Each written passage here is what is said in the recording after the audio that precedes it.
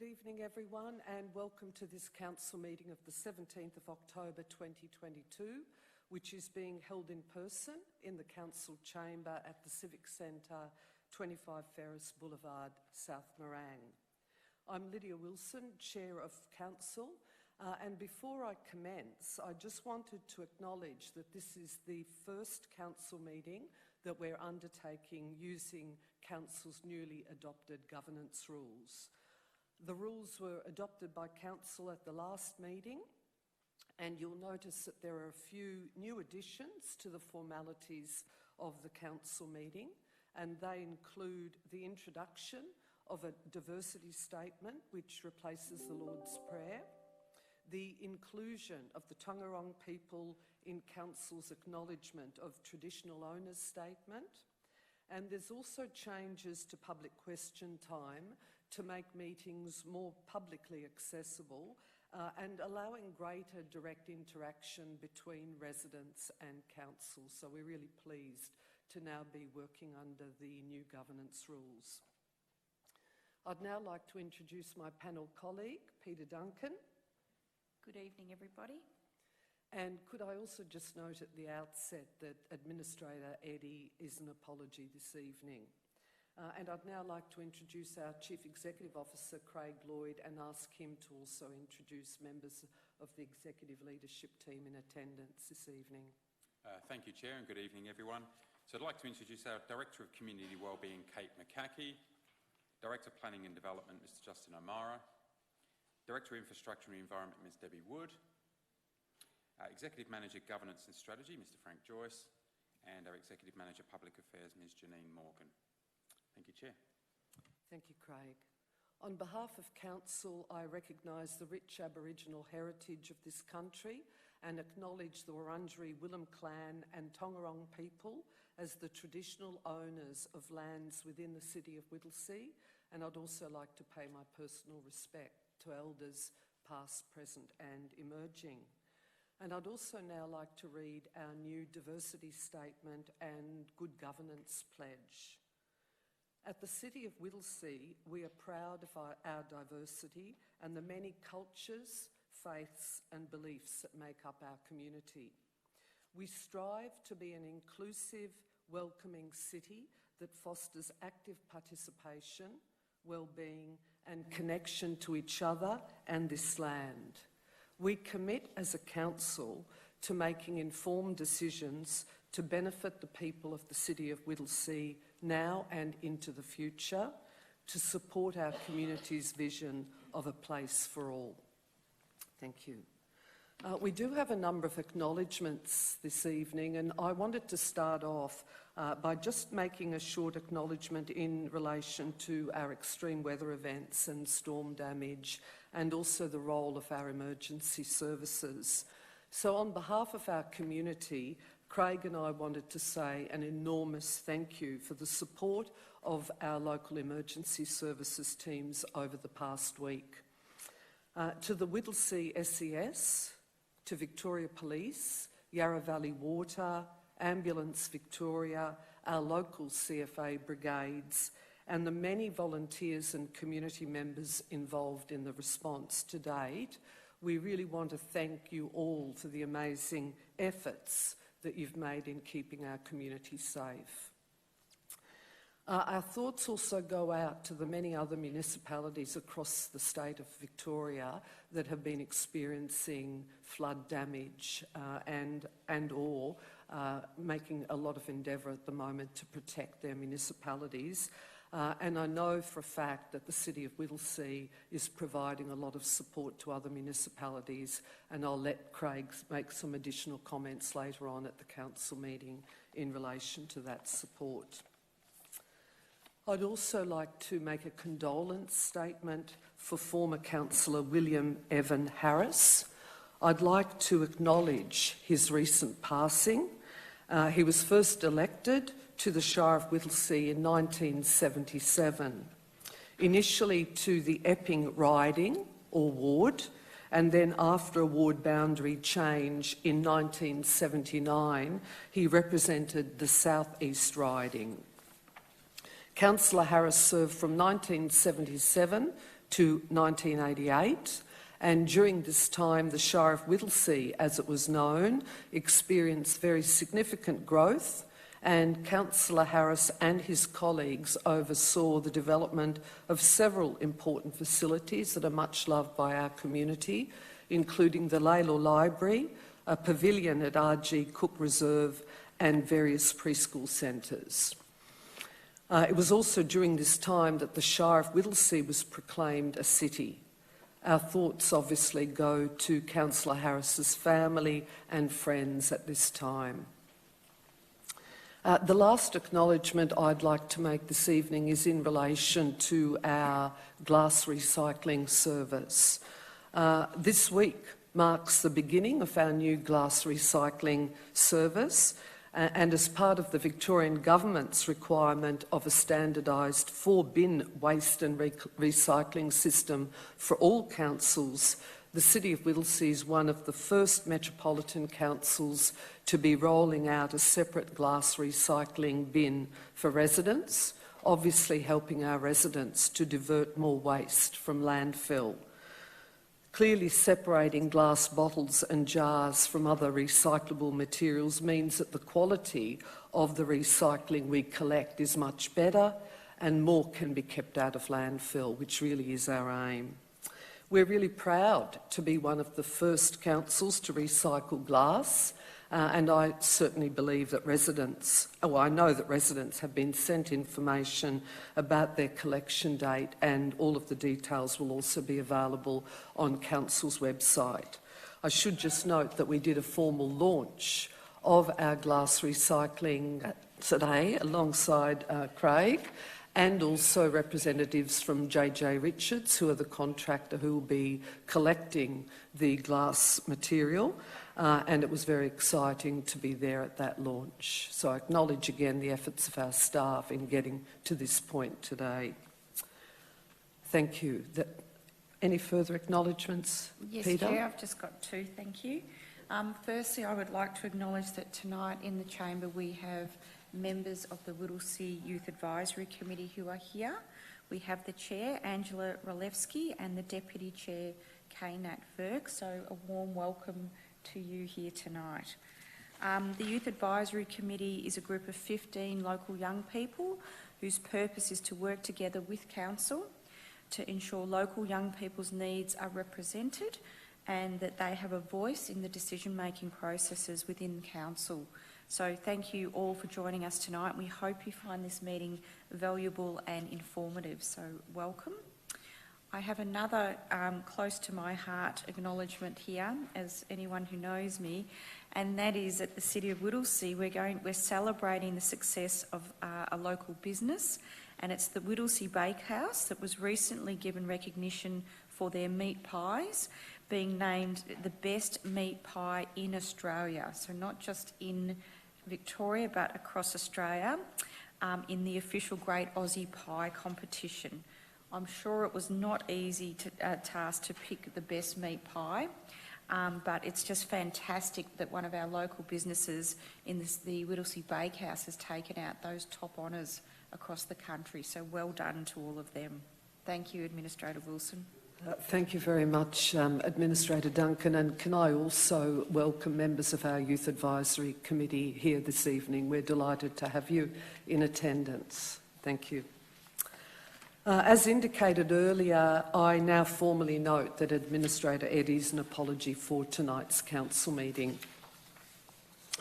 Administrator Duncan, if you or I have a conflict of interest in any item on the notice paper, we may verbally disclose the type and nature of the interest now, but we must make a declaration immediately before consideration of the matter in question. Are there any items for which you have a conflict of interest to declare? No, Chair. And I also note that I have no conflict of interest to declare this evening. I would like to move a motion to confirm the minutes of the following preceding meeting, which is the scheduled meeting of Council held on the 19th of September 2022. And do I have a seconder? Yes, Chair. Thank you, Administrator Duncan. I'll put the matter to a vote. All those in favour of confirming the minutes? The motion is carried. We have a number of public questions this evening. We have 4 public questions, in fact, and the first question is from Mr. Nick Brain of Epping, who is not in attendance this evening, and hence I'll be reading his question out. And I read it verbatim. Council appears to have put all its eggs in one basket with the Mernda mega project. This is arguably a risky approach to infrastructure provision, given challenges associated with well-publicised labour shortages and supply chain constraints within the construction industry. Has Council alternatively considered developing schedules of smaller social infrastructure projects across the municipality and tendering these out together as bundles of work with the aim of creating pipelines of work that may entice construction firms to choose Whittlesea LGA as their preferred place to do work? And if I could ask Craig to please respond to that question. Thank you, Lydia. Thanks for your question, Mr. Brain, and I note you raised a similar question at the August Council meeting earlier in the year. Council is aware of the challenges of building timely community infrastructure right across the municipality. Ensuring Council is able to continue to deliver on its Capital Works programme for all areas in the City of Whittlesea has been a major driver of the recommendation to stage the delivery of the Regional Sports and Aquatic Facility at Mernda in the report presented for Council's consideration on the 18th of July 2022. Council is currently developing its long-term community infrastructure strategy to ensure we have a pipeline of community infrastructure projects ready to deliver over the next 20 years. The strategy will be underpinned by several principles, including projects being equitable across Council's established growth and rural areas. We will review the timing of some infrastructure delivery as we develop the strategy and adjust it where required and feasible within Council's budget. Thank you. Thank you, Craig. The second question is from Anna Balakis, and I do note that Anna is in attendance this evening. Welcome to the Council meeting, but I will read Anna's question on her behalf. And her question is, Dear Sirs, Madams, they, seeing as our municipality is blessed to still have a healthy population of mobs within its boundaries, is Council actually formulating a wildlife strategy plan? If not, why not? If so, how long before we are privileged to see it or consult on it? Thanks for your time. And again, if I could ask our CEO to respond to Anna's question. Thank you. The Victorian Government's Department of Environment, Land, Water and Planning, DELP, is responsible for the management of wildlife in Victoria. In 2018, DELP published a Living with Wildlife Action Plan, which included a number of actions, including that a Victorian kangaroo management strategy would be developed to inform the sustainable management of Victoria's kangaroo populations and to guide further actions and decisions. The development of a regional kangaroo management plan is an advocacy priority for the City of Whittlesea. In addition to this, Council is also strongly advocating for DELP to create a 1,200-hectare grassy eucalypt woodland reserve, which will also permanently protect kangaroo habitat for the future. Thank you, Chair. Thank you, Craig. And again, thank you, Anna, for your question and for attending tonight's Council meeting. We also have 2 questions from Suzanne Tees of Doreen, and I'll read each question separately and then ask Craig to respond to each question in turn. The first question is, kangaroo harvesting is happening in the LGA of Whittlesea. Over 65,000 kangaroos have been targeted for shooting in Central Region, which includes Whittlesea. Ratepayers do not want this happening in our locality. Wildlife volunteers are left to pick up kangaroos who have been injured through shooting and suffer terribly until they are located and helped. Joeys are abandoned and left traumatised and often blood spattered after a shooting episode. I understand this shooting is approved by DELP, but we want Whittlesea Council to take a stand to stop this in our locality. What steps will Council take? And again, Craig, if I could ask you to respond to Suzanne's question. Thank you. Kangaroo management is a complex issue. Harvesting is a program managed by the Victorian Government. The Government sets the annual quotas for different areas, and whilst the City of Whittlesea is a small part of the geographic area that is classified as the Central Harvest Zone, harvesting is restricted to only the rural locations. The Government sets out guidelines and training for those involved in kangaroo harvesting, and the program is regulated. Thank you. Thank you. And Suzanne's second question is, when will Council ban fireworks within the LGA? 2 displaced kangaroos were killed very close to the council buildings overnight as a direct result of disturbance from fireworks. In the 21st century, this is now dated, dangerous and unnecessary form of entertainment. There are other, less harmful ways to celebrate. Fireworks disturb the peace and causes trauma in a number of ways, affecting people, domestic animals, farm animals and wildlife. Again, volunteers are left to pick up the pieces at both emotional and financial cost. And Craig, again, if you could respond to that question. Thank you. Thank you, Chair. Approvals for fireworks on public and private land in metropolitan areas are granted by Fire Rescue Victoria during the fire danger period. As we're currently outside the fire danger period, the event organisers from the past weekend took the following steps to address key state and council requirements, including engaging a licensed pyrotechnician. They submitted a notification of intent to discharge fireworks to WorkSafe Victoria, issued a resident notification letter for homes within a 200-metre radius of the event site 2 weeks prior to the event, placed a billboard on the discharge site, which was on the corner of Findon Road and Civic Drive, advertising the event, including the advertising of the fireworks. In addition to that, Council posted information about the event on its Facebook page, again including the use of fireworks, on the 12th of October 2022, and there was also an article in the Star Weekly promoting the event. And I do note that the Facebook page reached over 10,000 people. Council's fireworks policy is currently being reviewed in line with recent legislative changes, which enable Fire Rescue Victoria to approve firework permits during the declared fire danger period. The revised policy will be presented to Council for community consultation in the coming months. However, it should be noted that Council does not have the ability to prohibit fireworks on non-Council-owned land. Thank you, Chair. Thank you, Craig. I omitted to note at the beginning of public question time that, in fact, everyone who has submitted a question will have a formal response back. And I note, Anna, that you were taking some notes, but you will be getting a written response back in relation to your public question. Thank you. So I now, if we move on to petitions and joint letters, and I note that we have one petition this evening. A petition has been received from 14 signatories requesting construction of footpath along Whittlesea Yea Road from Jennifer Court to Cordell Court, Whittlesea. Administrator Duncan, do you have any questions in relation to this petition? I therefore call for a motion for the petition to be tabled.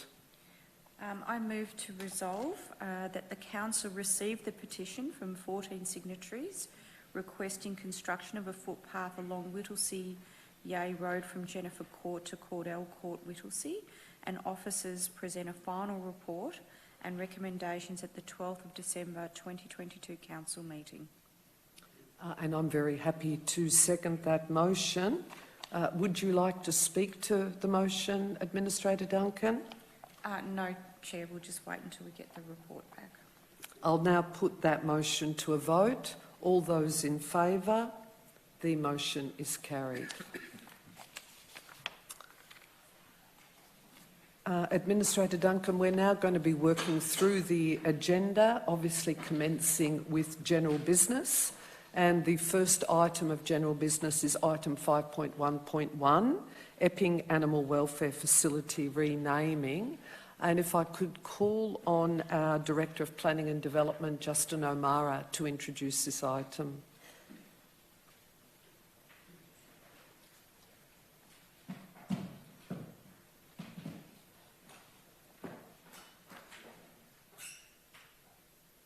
Thank you, Chair. I would like to introduce our Manager of Compliance and Environmental Health, Debbie Blandford, who will provide a brief overview of the report and recommendation. Thank you, Debbie.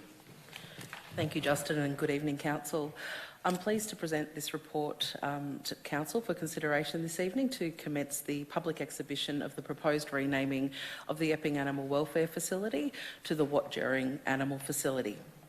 Council commenced managing the facility yesterday, and we thought it was really timely to consider a fresh new name for the facility, given that it services a much broader region than just Epping.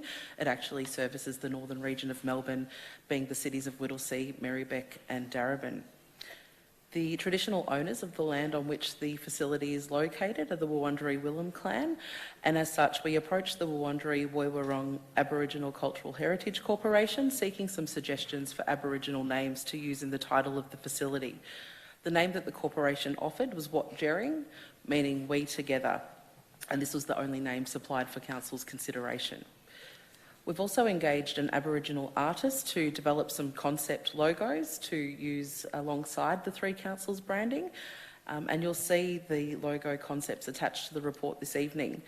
The logo concepts and the narrative also tie in quite nicely with the Whittlesea suggestion, with a narrative around coming together and also connection. So tonight we're seeking that Council proceed with inviting public submissions for the 30-day public exhibition period in accordance with the naming rules for places in Victoria 2022, and following which Council officers will present a report back to Council summarising the submissions and making a recommendation for the name of the facility. Thank you very much, Debbie. If I could perhaps just ask an initial question, and that is, I just wonder if you could perhaps talk a little bit about the involvement of the other two councils, Darebin and Moreland, in relation to the name change. Thank you, Chair. The other two councils have been involved in discussions regarding the name change and are supportive of proceeding to the public exhibition period. Thank you. Administrator Duncan, do you have any further questions? Yes, just one question, Chair. With the other two councils' involvement and happy for us to do a public submission, do they want to be involved in the final decision making on the name? Thanks, Administrator Duncan. We've discussed that, but given that it's a facility that's owned by the City of Whittlesea, it will be our decision. Thank you. Any further questions? I'm happy to move the officer recommendation for item 5.1, and do I have a seconder? Thank you, Administrator Duncan. I just wanted to make a couple of very, very brief comments because I think, Debbie, you've really highlighted the key issues in relation to the proposed name change. Clearly what we're doing today in endorsing this report is just recommending that we go out to seek community feedback in relation to the proposed new name for the Epping Animal Welfare Facility. And I think it's important that you reflect it's also in recognition of the traditional owners of the land on which the facility is located. But a really important point that you made when you spoke to this item, which is in relation to the fact that the service actually covers a much larger catchment than just Epping. So I think that that's a really important issue. You also noted that consultations already occurred with the Wurundjeri Woiwurrung Cultural Heritage Aboriginal Corporation, who provided the one proposed name. I'm just looking forward to hearing what community opinion is in relation to the proposed name change, and look forward to hearing the comments from the community at any of the submissions that will be received on this matter when it comes back to Council. Thank you. Administrator Duncan, any further comments? No, I just agree with everything you've said there. It'll be interesting to see what the community think. I think that's important. Thank you. I'll now put the item to a vote. All those in favour? The motion is carried. Thank you.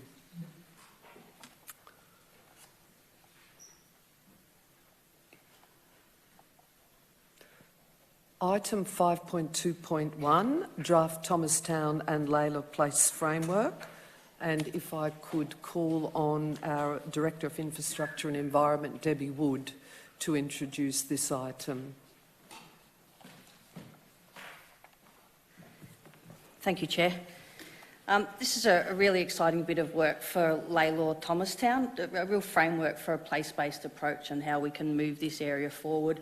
I have with me today our Senior Urban Designer, Jason Carl, and Jason will take you through the report and also the recommendations. Thank you. Thank you. Hi everyone, my name is Jason Carl and I'm a Senior Urban Designer and I'll be presenting the Thomastown Draft Place Framework. The Thomastown Draft Place Framework seeks to outline a vision, themes, key focus areas and place shopping opportunities to locally translate Whittlesea 2040 goals to Thomastown and Laylaw. The framework is a shared community and council vision to guide the future of the Thomastown and Laylaw.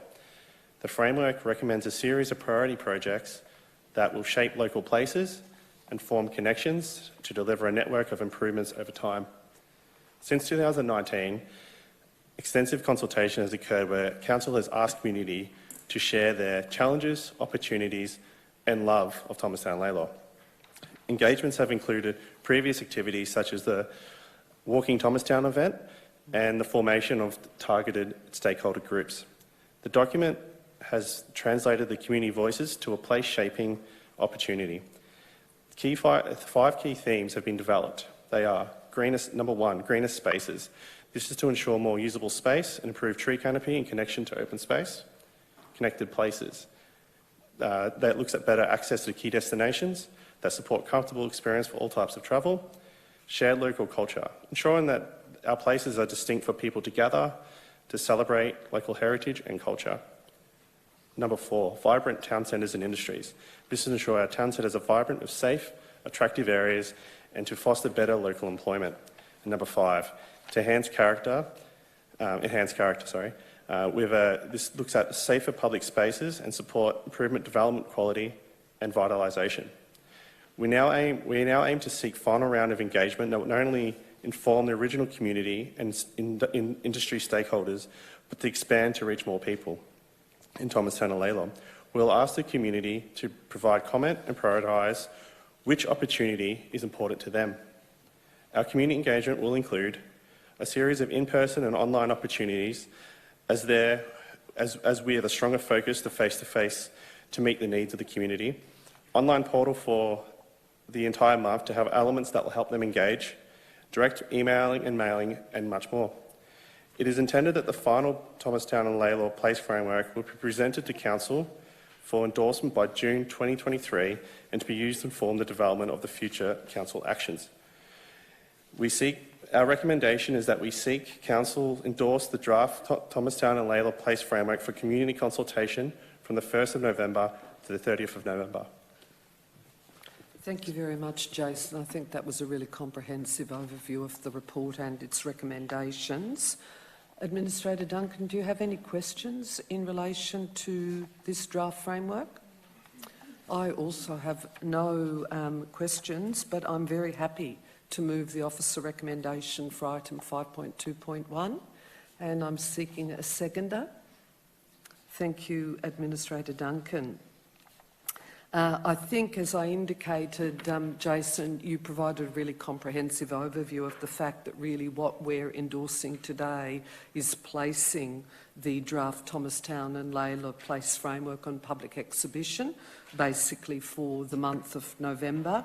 And you also highlighted the fact that there's been extensive community consultation that has already occurred to get to this draft stage between 2019 and 2021. And the report clearly indicates, and so does the actual draft framework, what our community has said that they really love most about these really well-established and diverse suburbs, and I'm not going to go through any detail of that. But I did want to just highlight that there's a number of improvement opportunities that have been identified in the framework, and three key aspects that particularly resonate with me are the improved connections between key destinations, the improvements to the Edgars Creek corridor or naturalisation of the creek as a central green spine, and ways to better celebrate the wonderful multiculturalism and Aboriginal heritage that exists in both Layla and Thomastown. So I publicly want to thank all of the many community members and businesses who have contributed to date to the development of this draft. And I also wanted to just congratulate our council officers for developing the framework in-house rather than outsourcing it to consultants. I think it's wonderful that we've got to this point with the work being done in-house, and also securing the grant from the Department of Environment, Land, Water and Planning, and partnering with them to further refine and utilise their very valuable 20-minute neighbourhood or place shaping tool. So please make sure you pass on our congratulations to all of the relevant officers who have contributed to the current draft. Thank you. Administrator Duncan. Thank you, Chair. I concur with everything you've said, but also I think, as we know, Layla and Thomastown are expected to grow by 10,000 by 2041, so now is the time to put into motion, I guess, what that's going to look like for an increase in population there. So the long-term planning is great to be doing that now for service delivery and the infrastructure needs in that area. I think you've got the 5 key themes with a list of priorities for each theme, and I think that's fantastic. I also think it's really good that from the 1st of November to the 30th of November, the community can have more consultation on what we're proposing, and there's great platforms to do that. It's face-to-face, online, via email, whatever suits or is easiest for the community to have their say. So I really encourage everyone that has sort of some skin in the game here about this area to give us your feedback, so that we've got everyone covered by the time it comes to council to tick the box and get this going. So well done to everybody, but encourage the community to get involved. Thank you, Administrator Duncan. I'll now put the item to a vote. All those in favour? The motion's carried. Thank you again, Jason. If we now move to item 5.2.2, cat confinement and desexing community transition plan. And again, if I could ask Director O'Mara if he'd like to introduce this item. Thank you, Chair. And I'd like to once again introduce Debbie Blandford, our Manager of Compliance and Environmental Health, who will provide a brief overview of this report and recommendation. Thank you, Debbie. Thank you, Justin. At its meeting on the 18th of July 2022, Council endorsed the introduction of cat confinement and mandatory cat desexing regulations for newly registered cats in the City of Whittlesea from the 1st of August 2023, and also requested that officers come back to Council with a detailed plan about how we'll support our community to transition to these new regulations. So tonight we're presenting the proposed community transition plan for your consideration.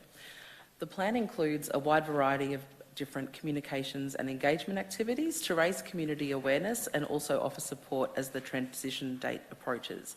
Some of the highlights include partnering with local community groups to host do-it-yourself cat enclosure workshops, producing video content demonstrating solutions for containing cats, using a range of in-person engagement opportunities such as a pet expo and pop-up stalls to provide cat owners with practical containment ideas, and also some giveaways such as cat toys.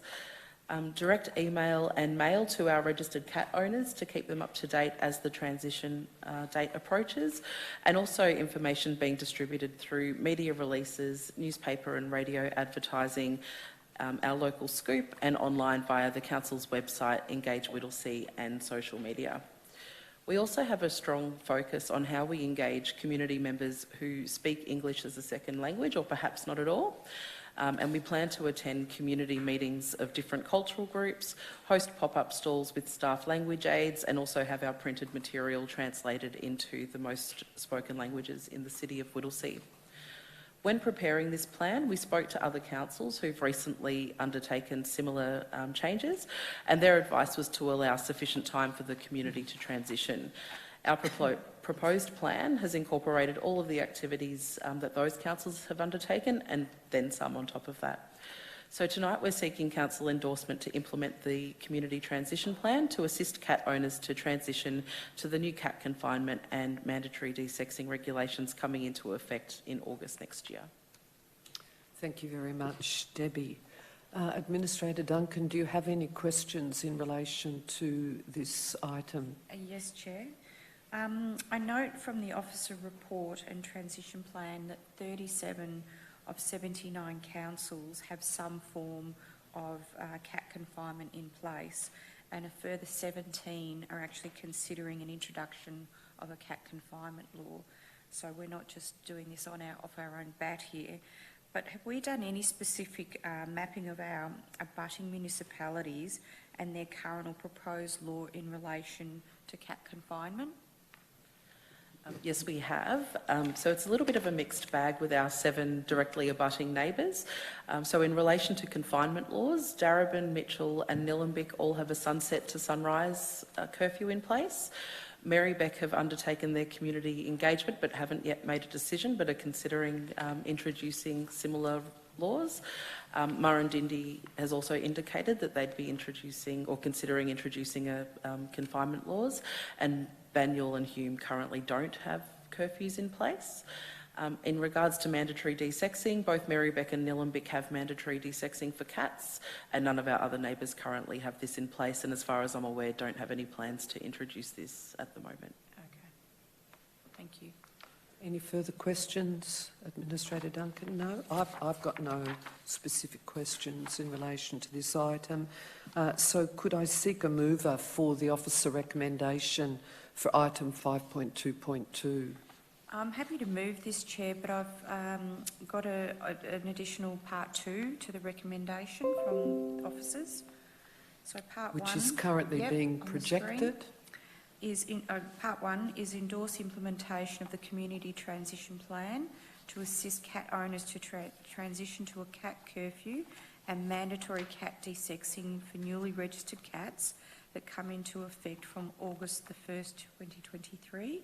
And then the additional recommendation is request that the CEO to write to his counterparts at all abutting local government authorities, advising them of Council's community transition plan and offering to work with them on a common cat confinement and community education approaches. Thank you, Administrator Duncan. And I'm happy to second the recommendation with that extra part 2. Administrator Duncan, would you like to now speak to this item? Thank you, Chair. I think the community transition plan provides a very clear framework and action plan as to how we can actively support our community through the introduction of a 24-hour-a-day cat confinement and the mandatory desexing of newly registered cats from August next year, August the 1st.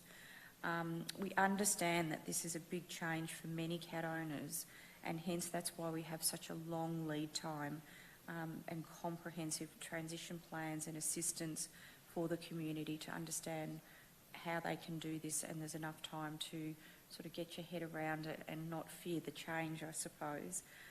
I think it's also clear that this is needed, particularly in our municipality, to support protecting the cats themselves, but our wildlife at night particularly, and throughout the day as well, because we are in a region where there is a lot of wildlife. I think that we had more than 1,800 people who were involved in the community consultation, and 80% of those people supported some sort of cat confinement, and more than 82% supported mandatory desexing for newly registered cats. So I just congratulations to Council Office for such a thorough process and not rushing this through, and being respectful of the community that it's going to take some time to transition across, which is obviously next year. So well done to all, and if anyone in the community has any questions or concerns, they can keep contacting council officers to get the advice and feedback that they need. Thank you, Administrator Duncan, and I totally concur with all your comments, and I would just make a couple of additional comments. And firstly, that the communication plan, which is within the transition plan, I think is really excellent because it's month by month, going back to July 2022, but right through to August 2023, with really comprehensive transition initiatives that have been really well articulated in that plan. But also, importantly for me, there's a whole list of partners that we'll be working with, from vet clinics to welfare groups, wildlife rescue, to real estate agents, hardware stores, and obviously key community groups such as U3A and men's sheds and so forth. And from my perspective, this has really got to be about a partnership approach to support cat owners and the outcomes that we're clearly wanting to achieve. I also really strongly support the position that's articulated that warnings will be issued for first-time offenders for the first 6 months from August 2023. So I'm very supportive of the transition plan, and as Administrator Duncan indicated, the work of council officers to ensure that the community is well supported in this change. Thank you. So on that note, I'll put the item to a vote. All those in favour? The motion is carried. Thank you, Debbie. And Mr O'Mara, you might actually just stay seated. We're moving on to item 5.3.1, Draft Epping Central Structure Plan Endorsement for Community Consultation. Thank you, Chair, and I'd like to introduce Fiona Ryan, our Senior Strategic Planner, who will provide a brief overview of this report and recommendation. Thank you, Fiona.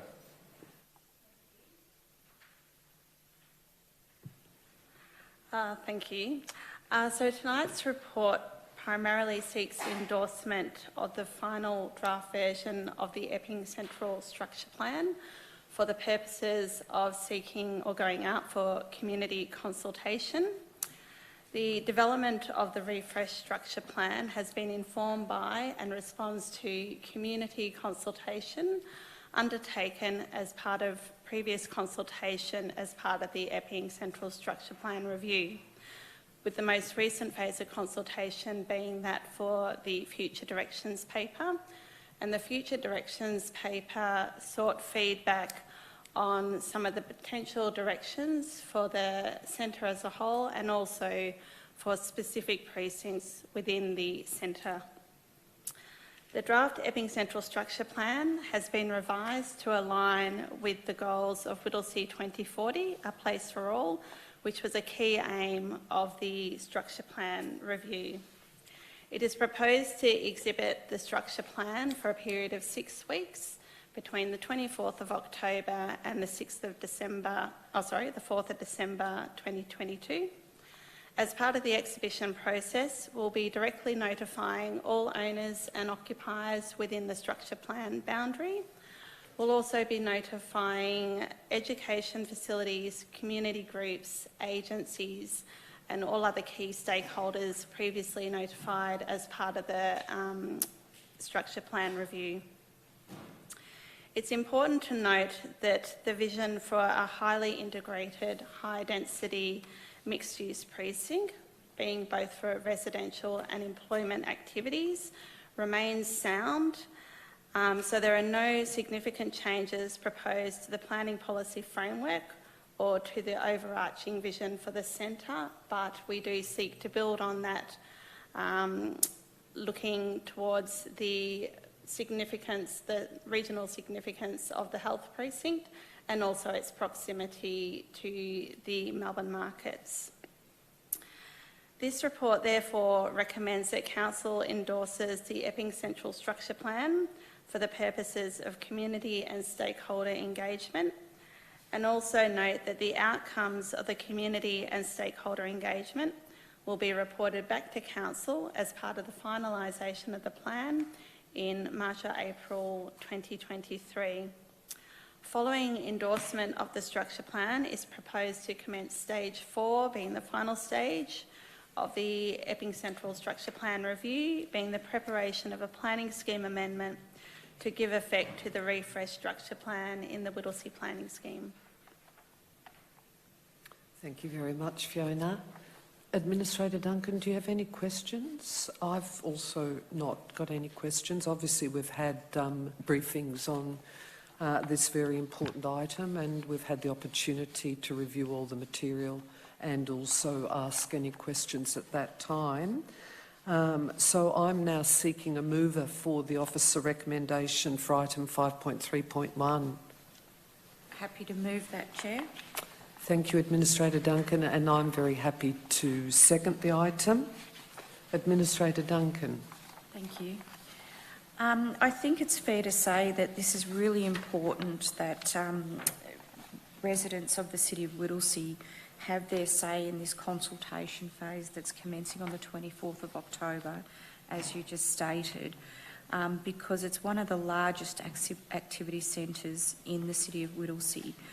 So Epping Central is going to continue to evolve and grow into a hub of employment, housing, healthcare, retail, education, all of those things as we're currently seeing now on Cooper Street.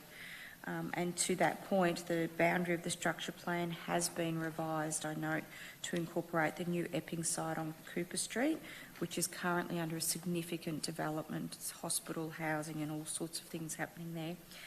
So it's timely now to get community feedback once again, so that we can then finally settle on what this is going to look like and also envisage the future needs as well. I think the community should be interested in providing feedback, because it's got proposals in there about pedestrian walkways which connect into the Epping Station, the Pacific Epping Shopping Centre, Northern Hospitals, the Northern Hospital, and also the new parks and urban squares that will be around that precinct. So I really again encourage people that are really passionate about this project to have their say during this consultation period so that we can make a really informed decision. But to the Chair's point, we've had many briefings on this site and Cooper Street as well, so there was no questions for me, but just to make those comments, it's really important now. Thank you very much, Administrator Duncan. It seems that we're considering a number of officer reports and recommendations this evening where we're actually endorsing going out on further public exhibition and community consultation. And I think it's really clear from this evening that we've really got a genuine commitment to undertake that comprehensive consultation and stakeholder engagement. As has been made clear in the report from the introduction and Administrator Duncan's comments, there's been a lot of community consultation and stakeholder engagement to get to this point now, and we want to check in one further time with the broader community before we finalise this plan to make sure that the vision that's incorporated within the document really resonates with both the community and business sectors.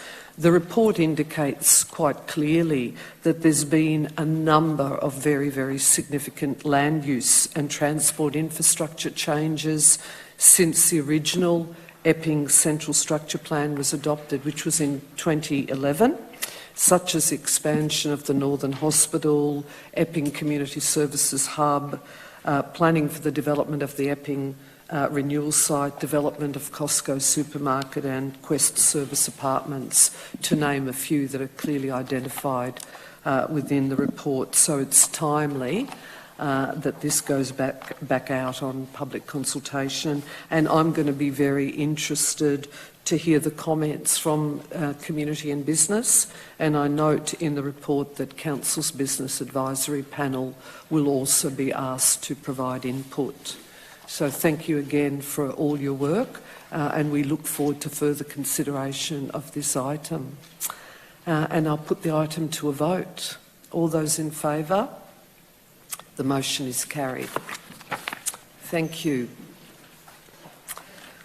If we now move to item 5.5.1, the unconfirmed minutes of Audit and Risk Committee meetings, and if I could ask our Executive Manager of Governance and Risk, Frank Joyce, to introduce this report. Thank you, Chair. The Audit and Risk Committee is an independent committee of council. It comprises of 4 independent members and 2 administrators. Its purpose is to support and advise council in fulfilling its responsibilities relating to external financial and performance reporting, maintenance of strong and effective governance and control frameworks, management of key risks, and council's compliance with legislation and regulation. The committee has a prime responsibility in overseeing and monitoring council's various audit processes. The Audit and Risk Committee considered the annual financial statement and performance statement at the meeting held on the 1st of September 2022. And at the 12th of September 2022 meeting, the committee considered a range of reports, including risk management, fraud management, compliance with legal obligations, internal audit reports on the reviews of business continuity and cyber security, the Regional Aquatics and Sports Centre long-term financial plan. These meetings were the first meetings of the newly appointed independent member, Dr. Marco Bini, and I'm pleased to put forward the officer recommendation that Council note the unconfirmed minutes of the Audit and Risk Committee meetings from the 1st and 12th of September 2022. Thank you, Frank. I'm happy to move the officer recommendation for item 5.5.1. Do I have a seconder? Thank you, Administrator Duncan. I'm not really going to speak at any length in relation to this particular item. I think, Frank, you've provided a good overview of the items on the Audit and Risk Committee meetings that are in question. I'd simply note that we've got 4 exceptional independent members on our Audit Committee and an exceptional chair in Jeff Harry. And the meetings are not just well run, but incredibly comprehensive and robust. Administrator Duncan, would you like to make any further comments? I'll now put the item to a vote. All those in favour? The motion is carried. Item 5.5.2, Council's 2021-2022 annual report, and it's not often that the Council itself moves the recommendation or presents a report, but this is one occasion where I will be formally presenting this report. So I will actually move that we resolve on the Whittlesea 2021-22 annual report and recommendations that the annual report is endorsed in accordance with Section 98 of the Local Government Act 2020, and that we write to the Minister for Local Government Victoria, and all local members of Parliament to advise them of the highlights of the Council over the past 12 months and provide them with a copy of the annual report. Do I have a seconder? Yes, Chair. Thank you, Administrator Duncan. So as the mover of this particular item, which is our annual report, I did want to make a number of comments, and I'm definitely going to try to remain within the 5 minutes speaking time that I have. I just wanted to note at the outset that the Council's annual report provides a really comprehensive overview of Council's achievements against our adopted community plan, including performance measures for each of our 5 key goals. But it also includes required governance and management information, statutory information, and a really comprehensive financial report. The theme of our annual report this year is Stronger Together, which really reflects Council's commitment to partnerships, collaborations, and a really strong focus on supporting our community and business. So despite the challenges of the past year, the City of Whittlesea community showed enormous resilience, strength and support for each other, and I think that's really well reflected within the annual report. I'm personally enormously proud of how our staff and also our community have adapted and responded, showing definitely that we are truly stronger when we all work together. So there's so many highlights that are reported on in our annual report, far too many for me to speak about in the 5-minute allotted time I have. But I would like to just note a few of the highlights within the annual report. Firstly, the launch of our 2021-2025 community plan, which again was informed through extensive community consultation as an integrated framework which now subsumes a number of other important strategic documents, such as our municipal public health plan. Our genuine commitment to community engagement, listening to our community and providing opportunities for everyone to have their say on issues that are important to them. And we started a new monthly Coffee with Council forum, which has been really, really well attended. We've also done a lot of improvements to our digital engagement platform, and I think that's been indicated today through a number of the other council reports, and a lot of in-person community consultations and attendance by administrators and senior management at civic events. Our work in relation to COVID-19, both in relation to response and recovery initiatives, including changing the way services have been provided across the city, has been exceptional. And again, I note the leadership shown by our CEO and all of his executive leadership team in that area. We've undertaken stronger than ever advocacy at all levels of government on behalf of our community, including the development of a comprehensive advocacy prospectus that outlines the 19 key projects that Council is seeking co-investment in to meet the needs of our community. We've adopted the new Domestic Animal Management Plan 2021 to 2025, again following extensive consultation and active engagement with key stakeholders. We've delivered the first intake of the Community Leadership Program in partnership with La Trobe Business School, the Public Value School and the Victorian Local Governance Association. I'm trying to speak quickly because I can see I've only got 50 seconds left. We launched the City of Whittlesea Business Network and established our Business Advisory Panel. We opened the Mernda Repair Cafe in partnership with Mernda Community House and Whittlesea Community Connections, and we continued to implement Council's Greening Whittlesea strategy actions, including planting more than 10,000 trees and 42,000 new shrubs throughout parks and open spaces. And we've delivered some huge improvements to Council's customer support channels, and I'm running out of time. So in presenting our annual report for 2021-22, I do need to make a number of very specific acknowledgements. I've just run out of time. I think you need an extension, to be honest. I'm happy to support that. I'll move that we extend your time. Thank you, Administrator Duncan. By 2 minutes. Thank you. I won't take the full 2 minutes, but thank you. I will second that motion. Thank you.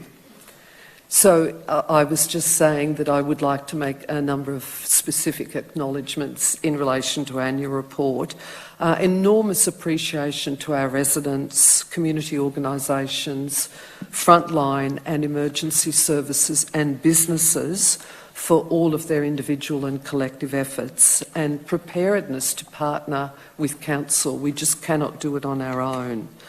I want to equally pay enormous appreciation to our CEO, Craig Lloyd, his executive leadership team and to the amazing staff at the City of Whittlesea for their dedication, hard work, talent, innovation and genuine commitment to public service. And finally, I want to acknowledge the coordinators and writers of this annual report. And I know, and I've been advised of this many, many times, that it's a cross-organisational team effort, but it has to be led by specific staff. And I'm referring to, obviously, our Executive Manager, Public Affairs, Janine Morgan, and also Natalie Corbett, who is in the gallery this evening, who's done a huge amount of the drafting. It is a superb document. It's plain English. It's really easy to navigate. It builds upon the feedback we received from last year's annual report when we achieved a silver award. It's really got great imagery and stories and quotes directly from our community. So thank you all. And I've still got 15 seconds. Administrator Duncan, would you like to speak? Yes, thank you, Chair. Well, the clock's ticking for me now, so I'd better get my skates on here. I just really wanted to put in a couple of additional highlights from what I would like to call out that you couldn't do at that time because it was quite short for such an important document. I think one of the key highlights is providing much needed infrastructure in the City of Whittlesea through our $54 million capital works program, and we delivered an incredible 143 projects. It's just outstanding, and that's just in a year, including really important facilities as well. So the Currup Community Centre in Wollert, we've upgraded dog parks, playgrounds, recreation reserves, the Mill Park Basketball Stadium, Stage 1, and just all of those community assets that are well used and loved. We've improved the customer service support channels, which has been fantastic, and implemented customer service feedback software through the Customer First program, just so it makes it easy for the community to work with us. So I think that's a great initiative as well. In a year that included a federal election, and we've got the upcoming state election, of course, we've continued really aggressively, I think, for the benefit of this community to build strategic relationships and advocacy to all levels of government for the things that are important to us here in the City of Whittlesea. And those are things like, obviously, the Regional Aquatic and Sports Centre, the Aboriginal Gathering Place, and support for local jobs as well, which all of those major projects will bring to this city once we get them up and running. Obviously, many initiatives implemented under the $2 million COVID relief fund over the last 12 months, and I'm just watching the clock, so I'm going for it now, which was co-designed by community representation, which is the theme to what we do in this year's annual report and the previous one, but the community absolutely gets their say. And we do listen because it's love where you live, and we have it all here in Whittlesea, so we've got to make sure that we listen all the time to the community needs. And I've got 46 seconds and I'm finished. Time out. Thank you. Thank you, Administrator Duncan, for sticking to the time. I'll now put the item to a vote. All those in favour? The motion is carried. Thank you. Item 5.5.3, joint letter, removal of Angophora trees. I'm hoping I pronounced that correctly. University Hill, Bundoora. And again, if I could introduce Debbie Wood, Director of Infrastructure and Environment, to present this item. Thank you, Chair. That was pretty close. You did well. So this report, as you stated, is just, we've had a joint letter from 5 residents in the area just requesting removal of the Angophora trees in the street. I have with me today our Senior Arborist, Planning and Risk, Mr. Will Jones, who will speak to the report and outline the recommendations for you. Thanks. Thank you. Thank you, Debbie. Thank you, Chair. As Debbie said, a joint letter was received on the 15th of July from 5 residents requesting the council remove and replace the Angophora trees from a section of Queen's Gardens in Bundoora. The signatories raised concerns regarding damage to the nature strip as a result of leaf litter and gum nuts that fall on the ground, safety concerns relating to the gum nuts, specifically children falling or choking on the debris, damage to private property as a result of the falling debris, particularly a fish pond and some gutters, and concerns relating to a perceived heightened fire hazard risk relating to the trees.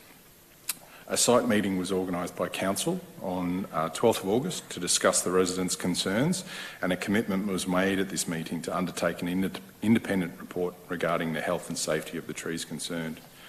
The aforementioned independent report was completed and concluded that none of the trees concerned presented a heightened risk of failure, with none recommended for removal. An inquiry into Council's tree maintenance records indicated no instances of limb fall due to wind in any of the trees concerned. An inquiry into Council's claims records indicated no instances of falls or any other injuries attributed to the trees. The trees were also inspected as part of Council's biennial inspection program and found not to have an increased risk of failure or heightened risk of harm. Minor canopy lifting works were completed as a result of these council inspections to comply with the Street Tree Management Plan specifications. And minor property clearance pruning is to be carried out on 2 of the trees after a discussion with the residents. An analysis of the urban landscape surrounding the area concluded that the trees did not pose a significant fire risk, and recommended that the continuation of understory fuel management strategies already in place continue to be adhered to.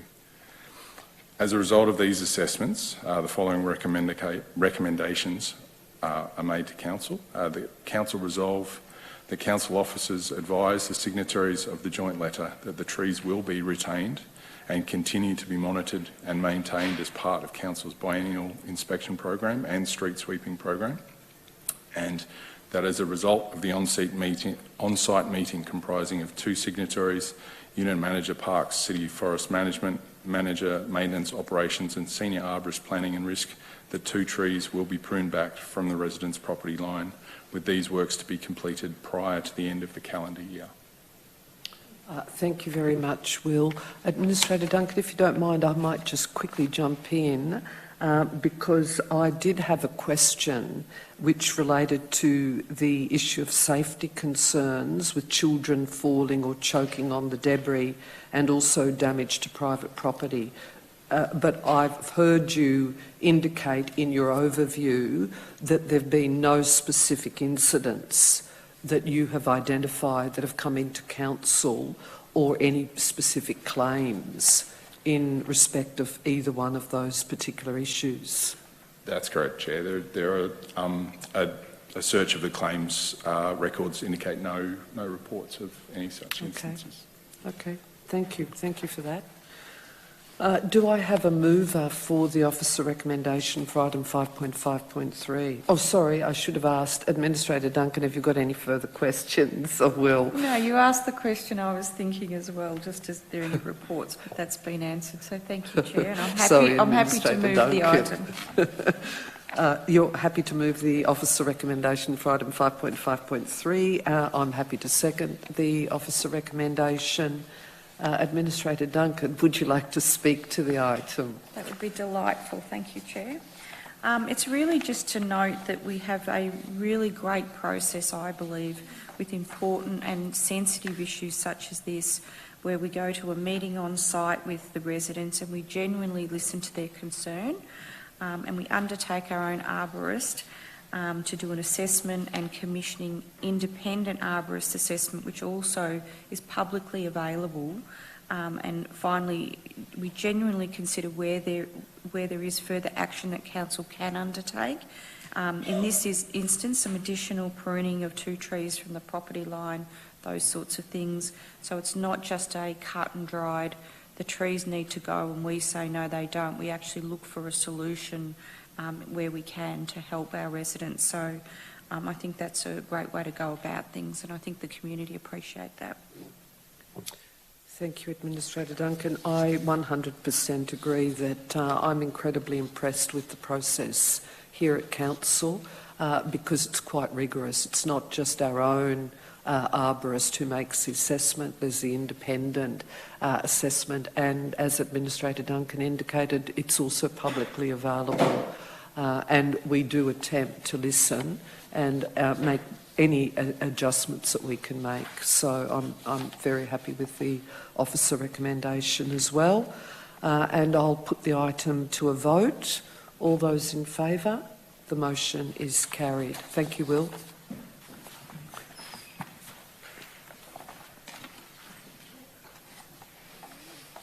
I note that there are no notices of motion. Administrator Duncan, do you have any items of urgent business? I've got no items of urgent business either, so we might move to reports of council representatives and the CEO update. And Administrator Duncan, can I invite you to make a report to council and the community in relation to any specific activities over the past month?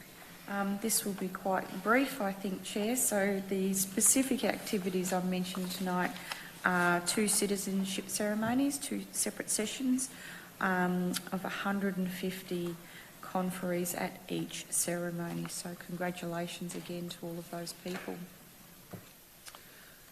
Thank you very much, Administrator Duncan. I haven't got any questions in relation to those citizenship ceremonies. So if I could just particularly highlight a few key aspects over the last month. We had the advocacy showcase over at PRAC, which I think was a huge success.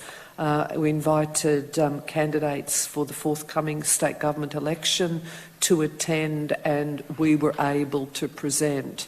I mentioned earlier about the 19 key advocacy themes that we have on the agenda, so we were able to have a presentation and talk about our key advocacy priorities to candidates for the pending state government election, and that was exceptional.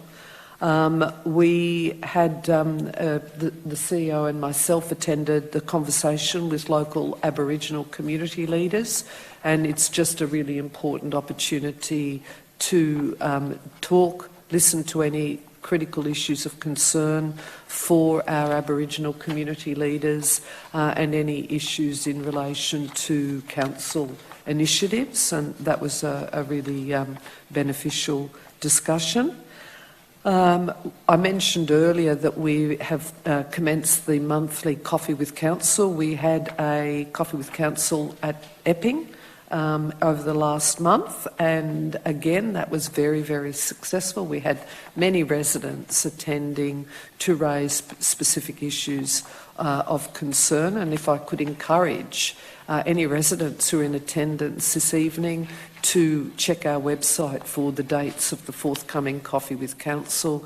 We welcome you to those particular forums that we have. I think the next one is actually going to be in the Whittlesea Township. Yesterday I attended the opening of the Riverside Park and Riverside Community Activities Centre 21st birthday celebration, which was really quite exceptional despite a brief period of incredibly bad weather right in the middle of speeches, but that was a wonderful park refurbishment. And I would also just note the citizenship ceremony that my colleague Administrator Duncan also talked about. So we had 150 conferees at each of those ceremonies. Finally, it was a great pleasure to be part of Seniors Month and signing of the Every Age Counts pledge at our Seniors Festival. That was really well attended and a wonderful event. Happy to respond to any questions, Administrator Duncan, if you have any. Thank you. On that note, I'll now ask our CEO to provide an update to both Council and the community in relation to any specific issues or activities over the past month. Thank you, Chair. The focus of my report tonight will be the flood situation. So on Tuesday, the 11th of October, as we know, Council's emergency management team was stood up to prepare in advance for the impending statewide storm and flood event. This team includes about 40 people, including 29 council officers and 11 others from government agencies. That's including staff from right across council and our partner agencies, as you mentioned, Chair, earlier on, the SES, Victoria Police, Yarra Valley Water and Ambulance Victoria, to name but a few. We saw that the rainfall began from 11 p.m. on Wednesday night, with 16.4 millimetres of rain falling by 9 a.m. in the southern half of the municipality and 41.2 millimetres in the northern parts towards the Kinglake West end of the municipality.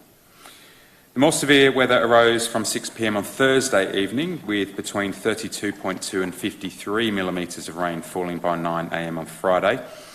Numerous roads across the city were inundated. 16 roads required closure. We're pleased to say, though, that there were no serious issues reported.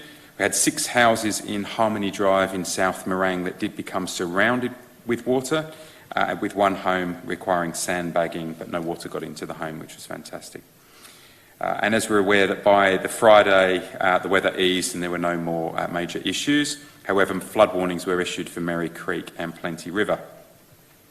As of today, 14 roads have now reopened and there are still 2 roads that are closed.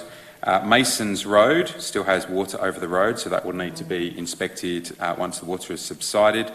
And Wildwood Road in Whittlesea. Wildwood Road has been damaged and it's planned to start fixing this tomorrow, and it's expected to take the next week to complete works. Our neighbours, particularly to the north, were not so lucky, I suppose, with the impacts of the flooding. So I'm really pleased to say that we're stepping in and supporting our neighbours at Murrindindi Shire Council, immediately to our north. For the first time in 28 years, Lake Eildon spilt, and that's caused flooding in Yea, Thornton, Molesworth, Buxton and other areas of that municipality. And with more rain predicted in the northeast later this week, we've been asked to provide some assistance. So I'd really like to thank our staff. Tomorrow we will have 8 staff physically attending Murrindindi Shire to provide support, and a whole range of other staff providing support virtually and remotely. We're including roles such as ops managers, building surveyors, animal management officers, environmental health officers, engineers, communication staff, community liaison officers and some emergency management roles as well. So wish them safe travels and thank them for putting their hand up to support our near neighbours. They've seen quite extensive damage there for private properties, farms and extensive damage to community infrastructure, which I believe will be our focus, such as roads, bridges, septic tanks and the like. On the topic of emergencies, Council is currently running a survey to better understand the community's readiness for natural emergencies such as floods, storms and bushfires. It will help us understand how we can support our community and also what resources we're going to need for future emergencies. The survey is open until the 11th of November. You can also go in the draw to win one of 10 home emergency kits. So to be able to do that, just visit our website, whittlesea.vic.gov.au/emergency. Still on the emergency services theme, it was a delight a couple of weekends ago now to attend the Blessing of the Fleet, the 26th annual Blessing of the Fleet. It's an event held here at the Civic Centre with representatives from the municipality's diverse faiths to bless the fleet of the emergency services before the impending fire season. At that point, we didn't know it was an impending flood season either. So we had representatives from the CFA, Fire Rescue Victoria, Forest Fire Management Victoria, Victoria Police, the State Emergency Service, Ambulance Victoria and Parks Victoria, as well as the Emergency Management Commissioner, Andrew Crisp. We also were joined by our own operational staff and operational staff from Mitchell and Murrindindi councils as well, with leaders from the Buddhist, Sikh, Islamic, Greek Orthodox and Christian communities. It was a beautiful event and hopefully it keeps those emergency services volunteers and staff safe for the season.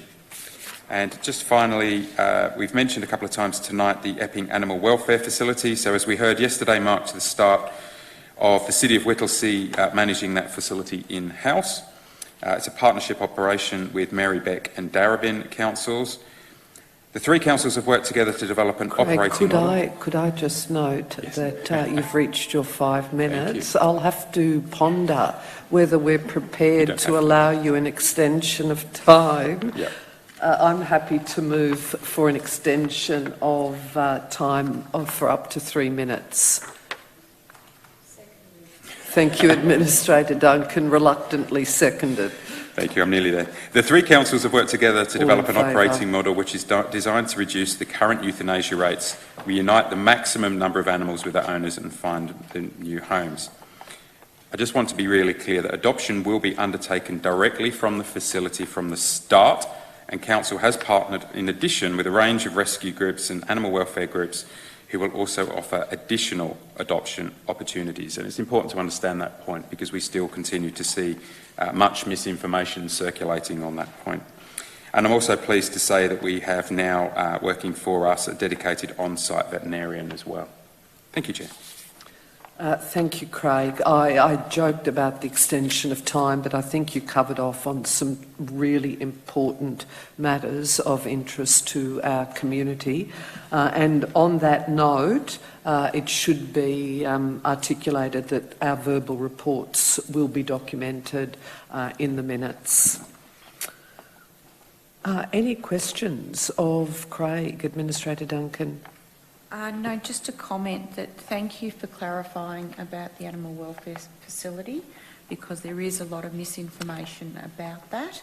So now tonight you've heard it, dare I say, from the horse's mouth that this is the facts, that we will be doing adoptions at that site. So thanks, Craig.